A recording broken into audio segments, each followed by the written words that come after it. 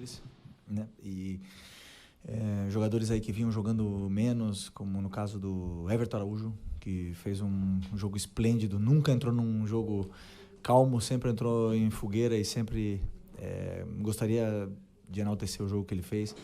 A volta do Vinha é muito importante também pra gente, fez um excelente jogo. E falar do que você falou, né, que são muitos anos, não sei se são 29 anos sem vencer aqui. Eu particularmente joguei aqui alguns anos e não tinha tido esse gostinho da vitória. Então, foi uma vitória muito difícil, até mesmo porque é um time muito bem treinado, um time que pressiona muito bem, que se defende muito bem, que não te deixa espaços, um time que sofre pouco no campeonato. E vimos isso nas análises, um time que sofre muito pouco, muito pelo que eu falei antes do jogo, pelo Seabra, pelo grande trabalho do treinador que tem, além dos jogadores. Isso nos dá muita força para sair daqui com essa vitória, com esses 3 pontos e com uma atuação aonde eu até agora não tinha visto nenhum time fazer aqui dentro do estádio deles. E ainda tem mais uma coisa, né? O Cruzeiro não conseguiu vencer. Então, essa vitória, eu vou te falar a verdade, depois que o Flamengo empata o jogo, eu já estava pensando assim, pelo menos um empate honroso, né? Tava com o Cadu. O Cadu falou, não, mas nós vamos ganhar o jogo. Eu falei, eu também acho que dá para ganhar. Aí sai o gol. Aí eu olho a tabela, fica 1 ponto do Cruzeiro. Dá uma recuperada e psicologicamente dá mais força na caminhada, né?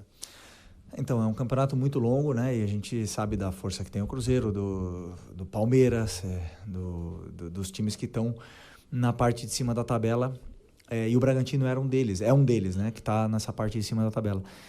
Mas, por exemplo, como você bem falou, quando empatou o jogo, a primeira atitude dos meus jogadores foram buscar a bola, botar no meio e pressionar novamente o Bragantino para poder virar o jogo. Isso fora de casa, isso porque eles sabem que estão no Flamengo e sempre temos que tentar vencer. O empate não vale. Então, com essa atitude, o time continuou jogando, continuou botando a bola no chão e as chances começaram a vir cada vez mais e aí conseguimos fazer o segundo gol numa grande jogada.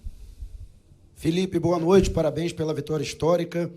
Queria que você falasse 3 personagens do segundo tempo. Matias Vinha, que volta de uma lesão gravíssima no ano passado, entrou e deu um outro dinamismo à equipe.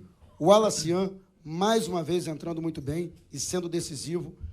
E o Wesley, até podendo passar para a gente, né, se já tem alguma definição com relação ao jogador, que já tem uma negociação em andamento com a Roma, existem especulações a respeito até mesmo de seu substituto, e faz o gol importantíssimo, um gol que entra para a história do Flamengo, nesse confronto com o Red Bull Bragantino.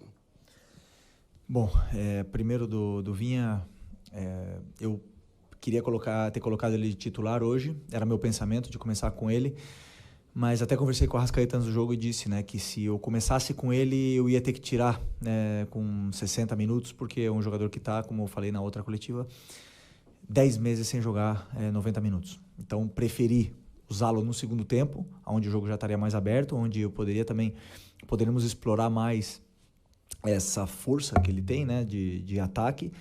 E agora, confesso que entrar do jeito que ele entrou depois de 10 meses, né, não esperava que fosse acabar com o jogo do jeito que ele fez, né? Então, estou muito feliz por ele, mas não é nenhuma surpresa, não. É só você ver como ele treina, como ele aquece, como ele se prepara, como ele é o primeiro em tudo, como ele acaba o treino exausto. Então, isso o futebol te devolve. O Wallace é um jogador... Eu acho engraçado porque é um cara que entra em qualquer posição, compete o máximo e tá crescendo cada vez mais, tá se sentindo mais confortável com a bola, entra nesses momentos adversos e ajuda a equipe tanto a defender como a atacar muito bem. E uma coisa que ele tem, né, gols e assistências. Então eu quis deixar no campo jogadores assim que mais tem números ali para poder virar o jogo, e ele ajudou muito. Por último, o Wesley. O Wesley eu não sei, eu acredito que eu até falei com o Boto agora, mas não falei sobre esse assunto e não sei como está, só sei que é incrível um jogador da base, passar por tudo que ele passou aqui, por essa superação, essa volta por cima que ele deu de ser um cara vaiado, um cara que que a torcida não respeitava a valer 30, sei lá, 20, 30 milhões de euros e poder, como eu falei no começo do ano, escolher onde jogar. Então, mérito dele, ele trabalha muito, ele buscou, ele acreditou, e se realmente for assim, ele for concretizado, só tenho agradecimento por tudo que ele fez pela gente e que seja feliz sempre. Aqui, Felipe, tudo bem? Boa noite, Boa Sidão noite. Marinho da Litoral News. O Flamengo, a partir de agora, entra numa sequência de jogos de Campeonato Brasileiro ao fim de semana, Copa no meio de semana, e a gente vê o elenco te dando cada vez mais opções, reforços da casa, e tem os reforços que estão chegando também para agregar o seu elenco. Queria te perguntar a importância de ter recuperação de jogadores como o Alan, o Everton Araújo, também o próprio Vinha que entrou, o Alacian, para essa sequência. E como você vai utilizar o seu elenco num todo nessa sequência de jogos de Copa do Brasil, Brasileiro, Copa Libertadores, que daqui até o fim da temporada deve ser assim. Obrigado. Bom, eu como falei no outro dia, eu confio muito nos jogadores, no elenco que eu tenho, eu confio muito na qualidade que eles têm e sempre disse, né, que não é nenhum peso para mim falar que para mim são os melhores. Eu sei que eu coloco uma responsabilidade em cima de mim, mas eu não tenho problema em falar isso porque é o que eu sinto. Eu vejo eles todos os dias, como eles treinam, como eles se comportam como grupo.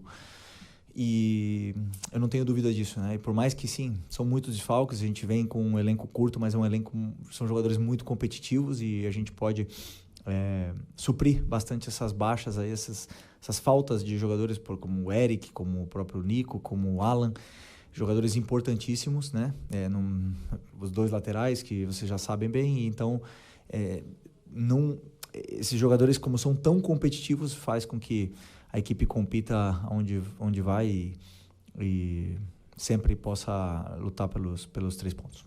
Felipe, aqui, o Flamengo, mais uma vez, teve uma situação envolvendo exposição de jogador. Não é a primeira vez, é a segunda, em um período muito curto. E eu falava que se o Flamengo tivesse um técnico qualquer, isso conseguiria entrar no grupo. Eu queria saber como é que você está fazendo para gerir todas essas situações, porque eu imagino que isso acaba que estoura em cima de você. O jogador deve chegar para você para falar alguma coisa, outras pessoas chegam em você e falam. Como é que você está fazendo para que esses problemas de fora não interfiram no seu trabalho? Por exemplo, o jogo de hoje a gente viu todo mundo correndo, todo mundo se dedicando, todo mundo querendo, todo mundo entregando. Como é que você tem feito isso? Bom, primeiro dizer que é um grupo muito bom. É um grupo que gosta de trabalhar, que quer vencer, que quer ganhar.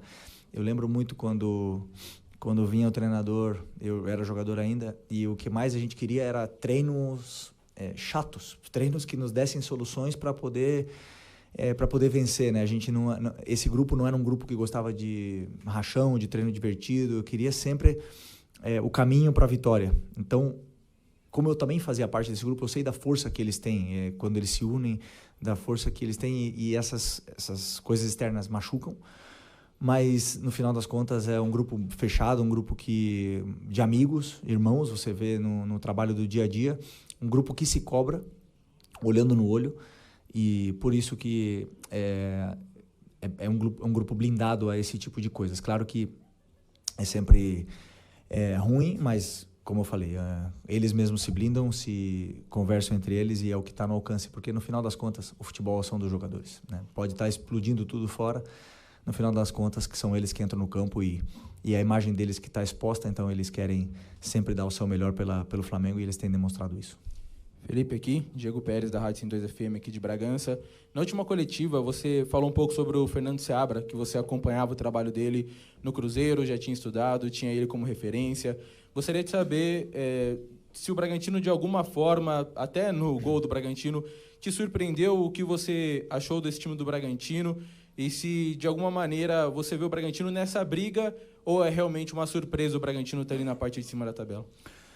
Não é nenhuma surpresa para mim. Eu conheço o Seabra de conhecer o trabalho dele, né? Quando ele começou no Cruzeiro. Eu sou bastante amigo do Paulo Autuori, que foi o cara talvez que tenha dado toda a confiança para ele no Cruzeiro e a partir daí me interessei muito pelo trabalho dele. Tem um analista que trabalhava com ele que é meu amigo e eu sempre fazia perguntas, me contava como ele trabalhava, porque eu via que o time dele era muito bem organizado e com as ideias claras, os conceitos, as soluções, e isso me chamava bastante atenção. nesse tipo de treinador, e a gente vê que é um time muito difícil.